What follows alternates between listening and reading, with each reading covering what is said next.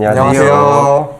네, 저는 티오리 연구원 서민교입니다. 아주대학교 사이버보안학과를 나왔고요. 대학원에 가진 않았지만 대학원 카이스트 시스텍 랩에서 연구 인턴으로 활동한 경험은 있습니다. 저는 티오리 연구원 개정우라고 하고요. 저는 카이스트 전산학부를 나오고 이제 카이스트 정보보호대학원을 가서 시스텍에서 석사까지 하고 여기로 오게 되었습니다. 티오리 연구원 이용화라고 하고요. 저는 고려대 사이버국방학과 졸업하고 마찬가지로 카이스트 시스템보안연구실에서 석사하고 여기로 오게 됐습니다. 용원이 보사국 출신이라고 하셨는데 거기 사람들이 이제 비밀에 붙여줘야 되는 거 아니에요? 막 이렇게 나오셔도 되는 거예요? 저희가 재학 중에는 나름의 그 대학 사항이 있어서 원래 소속을 밝힐 수가 없거든요. 현재는 이제 졸업도 했고 제가 이제 민간인 신분이기 때문에 그냥 소속에 대한 어떤 엠바고는 없는 상태입니다. 이제 자율몸이 되셨군요. 축하드립니다. 네, 감사합니다. 그래서 이제 오늘은 저희가 이분들을 모시고 화이트 해커가 되고 싶으면 어떤 학과를 나와야 될까라는 주제를 이제 얘기를 해보려고 하는데요. 수능이 이제 끝나고 이제 연말이 되었는데 학과를 이제 선택을 하셔야 될 거예요. 이제 그런 분들에게 이제 어떤 학과를 선택하면 좋을지 알려드리는 콘텐츠를 하려고 합니다. 근데 저 하나 일단 물어보고 싶은 게 수능 보셨어요?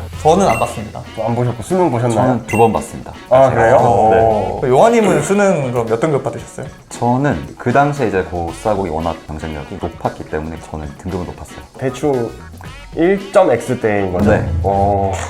미쳤다. 그 전에 그러면 학교 어디 가셨어요? 기존에도 의대를 다니다가 이제 바로 자퇴하고 여기로 왔어요. 큰 실수하신 아니죠. 그렇게 왔으니까 또 용환님이 저희랑 또 여기 같이 일할 수 있고.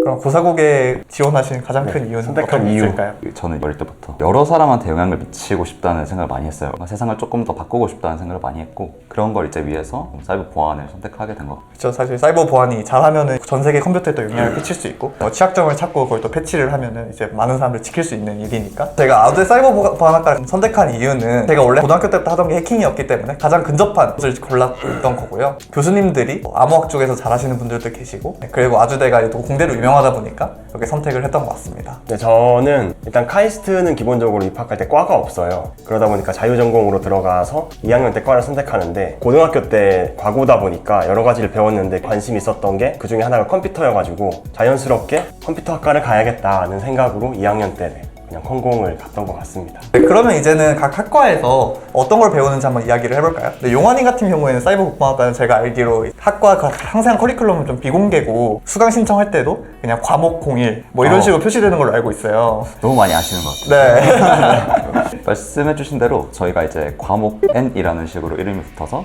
과목명 자체가 공개되진 않고요. 다만 이제 배우는 학생들이 매핑이 돼 있기 때문에 어느 정도 인지는 하고 있어요. 저희도 뭐 기본적인 과목부터 뭐 해킹 응용 같은 과목들 많이 배우고요. 그리고 이제 말할 수 없는 플러스 알파가 있습니다. 군사학과이기 때문에.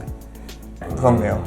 그런 것들도 혹시 수강 신청이 좀 빡센 편인가요? 저희는 딱 인원수가 작아서 수강 신청은 어렵지 않았고요. 저는 일반적인 이제 전산학부이기 때문에 이제 보통 컴공이라고 하는 1, 2학년 때는 기본적인 뭐 이산수학이나 이산구조 그리고 프로그래밍 기본적인 거와 뭐 데이터 구조 같은 걸 배우고 그 위에 운영체제나 뭐 데이터베이스 같은 고급적인 거를 배우는 식으로 되어 있습니다. 해킹하시는데 그런 것들이 도움이 됐다고 생각하세요? 2학년 때 시스템 프로그래밍이라는 과목이 하나 있었어요. 그 과목이 어셈이랑 리눅스 시스템에 대한 기초를 배우는데 어셈의 작동이나 아니면 뭐 버퍼 오버플로우 같은 정말 기초적인 것들에 대해서 다뤘거든요. 그래서 그거를 배우면서 해킹하는 데 도움이 많이 됐던 것 같긴 합니다. 역시 진짜 이런 그 기초 과목들 탄탄히 해놓으면은 해킹하는 데 엄청난 도움이 되는 것 같습니다. 저 같은 경우에는 아무래도 학과 자체가 사이버 보안학과로 전문적으로 다루는 학과이다 보니까 저희 같은 경우는 1학년 때 CS 기초들을 배우고요. 그리고 2, 3학년 때 심화적인 CS를 배우긴 하지만 이제 그때부터 병행으로 사이버 보안학을 배우기 시작해요. 뭐 예를 들면은 뭐 시스템 소프트웨어 보안 및 실습 아니면 모바일 응용 보안, 모바일 어플리케이션 같은 거 하는 거죠. 그 다음에 인베디드 소프트웨어나 뭐 IoT 플랫폼 분석을 어떻게 하는지 그리고 뭐 암호학들도 그렇고 그걸 2, 3학년 때부터 이렇게 시작을 하게 되는데 커리큘럼 자체는 잘 되어 있는 것 같아요. 조금 아쉽지 않나 라고 생각하는 부분은 이게 시간상 한정되어서 어쩔 수가 없는 부분이긴 한데 해킹을 한다는 거는 기초적인 CS에 대해서 훨씬 잘 안 다음에 그거에 대해 응용을 하는 건데 컴퓨터 사이언스가 되게 방대한 과목이다 보니까 1, 2학년 안에 다 모든 것들을 마스터하고 배우기가 쉽지가 않거든요. 그러다 보니 이게 완전히 노베이스부터 시작하게 되면은 사실 2학년부터 그렇게 심화된 사이버 보안을 공부를 하는데 이거를 따라가기 힘든 아쉬운 점이 있었던 것 같습니다. 그래도 이제 트랙이 잘 나눠져 있어서 뭐 예를 들면 IoT 트랙, 뭐 모바일 응용 보안 트랙, 뭐 클라우드 트랙 이렇게 있어 있어가지고 각자 나아가고자 하는 커리어에 잘 맞춰서 이제 선택을 할 수 있는 장점이 저희 학과에는 있었던 것 같아요. 여기서 배운 과목 중에서 뭔가 실무랑 가장 연관이 좀 컸던 것 같은 느낌의 과목? 저는 IoT 플랫폼 보안이 가장 실무랑 연관이 컸던 것 같아요. 저희가 학과 교수님들도 물론 계시지만 외부에서 전문가 초빙을 해가지고 교수님으로 모시기도 하는데 IoT 플랫폼 보안이 그런 경우였거든요. 그러다 보니까 실제로 과제로 타임 펌웨어 분석하기, 타임에서 원데이 뭐 분석하기 이런 게 나와서 친구들은 어려워했지만 저는 재밌게 했습니다. 그런 걸 하는군요. 네. 확실히 특색이 있네요. 혹시 용화님은 저는 대학교 때 배웠던 컴퓨터 구조가 좀 기억에 많이 남아요. 저희가 아무래도 사이버 보안학과를 가면 이미 그 어플리케이션 레벨의 것들을 너무 많이 배우기 때문에 앞에 있는 그런 CS 기본에 대한 것들을 너무 많이 놓치더라고요. 그래서 그런 거에서 좀 부족함을 많이 느끼고 저도 생각에 남는 건 컴퓨터 구조였던 것 같아요. 정말 그 나이 든 노 교수님이 해주시는 강의였는데 지금 생각해보면 정말 많이 배우지 않았나. 기억나세요, 그래서? 기억납니다. F를 40% 주셨거든요. 와 거의 그 F 뿌리기 네.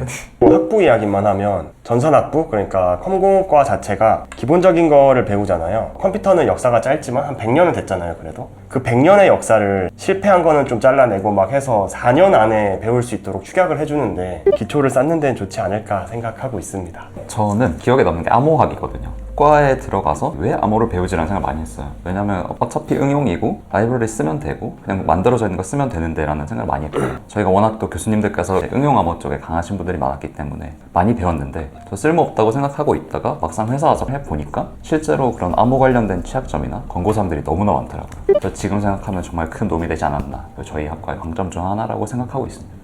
저는 일단 대학교를 들어오고 나서 컴퓨터 언어를 처음 접했어요. 학교 들어오기 전까지는 C나 파이썬을 들어보지도 못했었거든요. 학교로 와서 처음 한 게 아이다 열어서 디컴파일 딸깍한 게 처음이었어요. C 언어를 보기도 전에 디컴파일링 된 코드를 받고 디컴파일 딸깍하는 순간부터 깨달았던 것 같아요. 아, 이게 내 분야다. 정말 재미가 있더라고요. 그때부터 기술부터 시작해서 이제 기초적인 CS 지식을 쌓는 과정으로 공부를 했던 것 같아요. 그러면 그 딸깍하는 거는 뭐 동아리에서 하신 거예요? 동아리를 접했는데요. 저희 이제 학과에 사이코라는 그 해킹 팀이자 동아리가 있는데요. 이제 동아리 선배들께 어떻게 코드를 분석하고 리버싱하고 취약점을 찾는지를 배웠고요. 그래서 그 과정부터 모든 게 시작을 했던 것 같아요. 정호님은 언제부터 시작하셨어요? 저는 이제 프로그래밍을 안 배운 건 아니고요. 이제 과고를 나왔다 보니까 과고에서 기본적으로 C나 자바 같은 기초적인 언어는 알려줘요. 그래서 그거를 배웠기 때문에 이제 제가 컴공을 가게 된 이유도 있고요. 그래서 저는 이제 컴공을 가서 컴퓨터를 배우다가 이제 중간에 BOB라는 국가에서 하는 교육 프로그램을 하게 됐는데 그때 이제 보안을 처음 접하게 됐어요.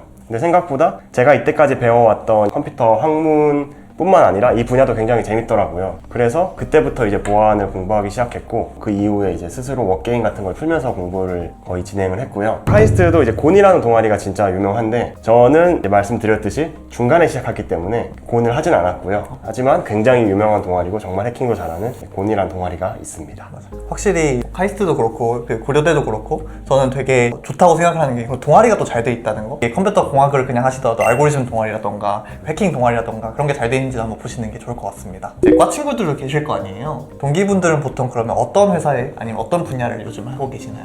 일반적으로 보안보다는 사실상 개발 쪽으로 훨씬 많이 갑니다. 컴공이다 보니까 1, 2학년 때 뭐 기초를 배우는 건 비슷하겠지만 그 이후에 이제 보안학과들은 보안이라는 이제 심화 과목이 고정되어 있는 반면에 컴공은 굉장히 분야가 넓잖아요. 그러다 보니까 클라우드를 배워서 이제 클라우드 쪽으로 갈 수도 있고 사실 아무거나 배워도 갈 수 있는 분야가 되게 많아요. 그러다 보니 게임 회사 쪽으로 좀 많이 가 있는 사람도 있고 아니면 요즘에 인기가 있는 인공지능 쪽이나 자율주행 쪽으로 취직한 사람들도 굉장히 많습니다. 확실히 컴공이다 보니까 갈 수 있는 분야들이 되게 스펙트럼이 넓은 것 같아요. 맞아요. 네. 저희 같은 경우에는 사이버 번학과라고 고정되어 있긴 하지만 뜯어보는 거나 이렇게 분석을 하는 것보다 만드는 게 좀 더 즐거운 사람 분명히 있거든요. 그런 것들은 뭔가 학과 입학하기 전에 결정하기는 쉽지 않기 때문에 막상 들어와 보니까 이런 것보다는 개발이 좀 더 재밌다. 그래서 개발로 가시는 분들도 있고 아니면 난 처음에 들어온 대로 직접 해보니까 이런 뭐 해킹이나 분석이나 포렌식이나 경찰이 하고 싶다. 그런 분들도 계시고요. 그렇게 다양하게 가는 것 같습니다. 용화님은 어디로? 여기는 정말 스페셜하지 않나요? 저희 같은 경우는 이제 절반 이상의 동기들이 이제 국가 사이버 보안을 위해 힘쓰고 있고요.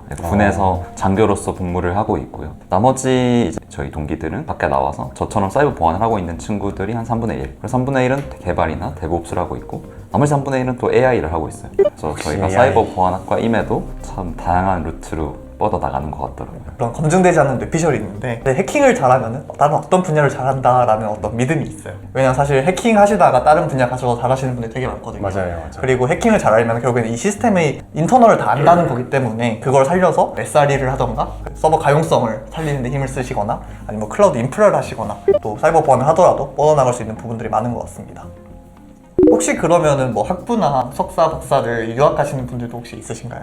저희 같은 경우는 이제 선배들 같은 경우는 해외 이제 조지아텍이라든지 유망한 대학교들에서 연구를 하고 오신 분도 있고요. 다만 이제 병역이 걸려 있기 때문에 현실적으로 뭔가 석박까지 다 하고 오시는 경우는 흔치 않은 것 같아요. 그래서 좀 굉장히 드문 케이스인 것 같습니다. 카이스트도 연구를 위해서 이제 해외로 나가는 경우가 종종 있긴 합니다. 보안이란 분야도 인더스트리 쪽 분야랑 아카데미 쪽 분야가 약간의 차이가 있어가지고 사람마다 흥미를 느끼는 게 조금 다르더라고요. 인더스트리 쪽보다는 조금 더 아카데미 쪽에 관심이 많은 사람들은 대체적으로 이제 해외 유학을 좀 많이 선택하는 편인 것 같습니다. 제 주변에는 동기들 중에 군대 갔다 온 사람들은 이제 막 졸업하고 그러거든요. 그러다 보니까 제가 알기로는 제 주변에서는 없는 것 같습니다. 보통 뭐 군대가 걸려 있어서 결국 나갔다가도 들어올 수밖에 없는 경우도 많죠. 가더라도 이제 국내 대학원으로 가고. 맞아요. 네. 두 분 다 석사를 하셨잖아요. 주변에 석사, 석박사, 박사까지 하시는 분들도 많다고 알고 있는데 그런 석박사 과정이 필수라고 생각하시나요? 저는 사실 석사를 가게 된 가장 큰 원인이 제가 이제 보안을 좀 늦게 시작했다 보니까 그 학부만 졸업하고 하기에는 제가 공부한 시간이 너무 짧아 보이는 거예요. 그래서 석사에서 좀 더 공부하고 싶어서 갔는데 석사가 2년 기간인데 보안이란 분야가 아까도 말했지만 뭐 아카데미 쪽이나 산업계, 인더스트리 쪽이 나눠질 수 있는데 아카데미 쪽이 어떻게 돌아가는지나 논문이 쓰이는 작업을 연습한다는 경험해본다는 입장에서 그 정도는 좀 괜찮지 않을까라는 생각을 하고는 있긴 해요. 거기 가서 막 엄청난 연구를 하고 막 새로운 걸 만들어낸다 이런 건 힘들 수 있는데 사실 엄청난 걸 하기엔 석사 기간이 좀 짧긴 아, 하죠. 그죠.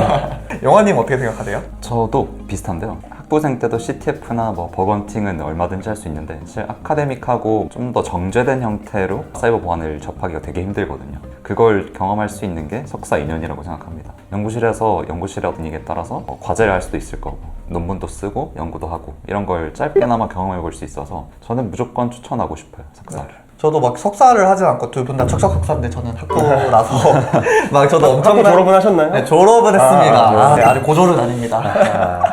석사 갔다가 이제 갔더니만 연구나 이런 게 재밌으면 더 나아가서 이제 박사 가고 뭐 포닥도 하고 그렇게 하면 되겠죠. 이제 그런 분들이 또 인류를 또 이렇게 그죠, 인류를 발전시키는데 위해 또 공헌을 새로운 해주시고 미티게이션을 개발하셔가지고 이렇게 영향을 끼치실 수 있는 네. 분들이 아닌가 응원합니다. 사실 제 생각에는 이 해킹에 대한 열정과 이거 하고자 하는 의지만 있다면 어느 걸 가도 잘할 사람은 잘한다고 생각을 해요. 맞아요. 자기가 할 거를 공부를 해야 될 것 같아요. 학교에서 알려주는 거는 정해져 있고 그것만 해서는 지금 바로 뭐 실무를 한다거나 하기가 쉽지 않거든요. 나아가서 뭐 게임을 스스로 풀어본다든지 CTF를 해본다든지 그런 거에 노력이 좀 있어야 될 것 같습니다. 네, 그래서 뭐 동아리 활동도 열심히 하고 이제 요즘 온라인에 드림액도 되게 잘 되어 있고 굳이 드림액 아니더라도 옛날과 다르게 온라인에 좋은 자료들이 많거든요. 아까 민규님이 해주신 말씀에 공감을 하는데요. 결국에 마음가짐이나 자세인 것 같아요. 저희가 지향하는 것 자체가 어쨌든 화이트 해커기 때문에 실력 좋은 사람은 다 많거든요. 근데 다만 저희가 티올에 있는 이유도 세상을 지키고 좀 책임감을 갖고 보안 이제 업무를 하고 있기 때문에 그런 마음가짐이 있으면 해커가 될 수 있지 않나라고 생각하고 있습니다. 가장 중요하죠. 악의적인 목적으로 쓰려는 사람들은 이제 그렇게 오래 못 가요. 다 깜방 가기 때문에.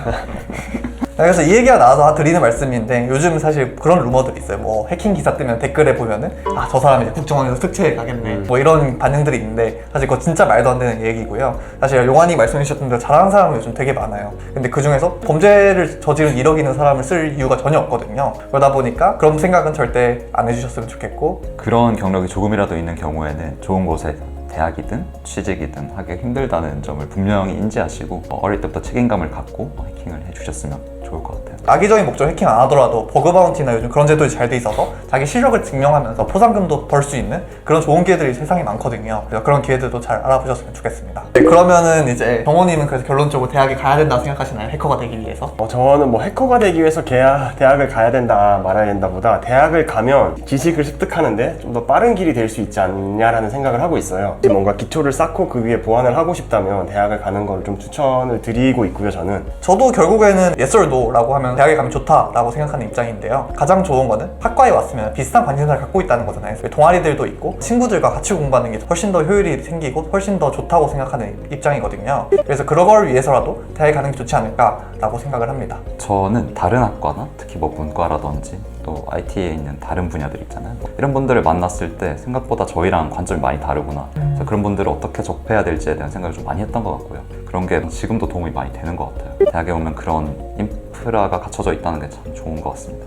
본인이 기초 지식보다 그런 기술에 대한 흥미가 있다. 그럼 저는 사이버 보안학과를 선택하는 게 좀 더 낫다고 생각이 되고, 아니면은 뭔가 개발자로서 꿈도 있고, 아니면은 자기 기초 공부를 하는 게 좀 더 좋다. 그런 걸 원하시는 분들은 컴퓨터 공학과를 선택하면 되지 않나라고 생각이 돼요. 다들 대학 일단 찬성하는 편이네요. 저희가 나왔으니 그래, 근데 그쵸. 뭐 굳이 뭐 대학을 안 나오더라도 잘하는 사람은 정말 많습니다. 맞아요, 진짜. 저희 회사에도 고졸 출신 해커들 정말 많고, 임부장님, 그죠? 임 부장님부터 시작해서 뭐 태양이, 태양이나 그 다음에 진호, 진호, 다 엄청 잘하는 다 친구들이 엄청 잘하죠. 진짜 뭐 국정원 해킹대회 1등하고 국방부 해킹대회 나가서 1등하고 그런 친구들도 있으니까 사실 뭐 정답은 아니지만 저희 생각에는 그래도 대학 가는 게 좋다. 그래서 저희 회사 여기 고졸이신데 잘하는 해커분들, 저희가 옛날에 인터뷰를 한번 했었잖아요. 혹시 관심 있으신 분들은 여기 네, 들어가 보시면 더 자세히 알아보실 수 있으니까 참고해 주시면 좋을 것 같습니다. 네, 이렇게 저희가 화이트햇 해커가 되고 싶으면 어떤 학과에 가야 될까를 알아봤는데요. 혹시나 더 궁금하신 주제가 있으면 댓글로 알려주시면 저희가 또 찾아가서 알려드리도록 하겠습니다. 네, 그럼 시청해 주셔서 감사하고 좋아요. 구독 알림 설정까지 부탁드립니다. 감사합니다.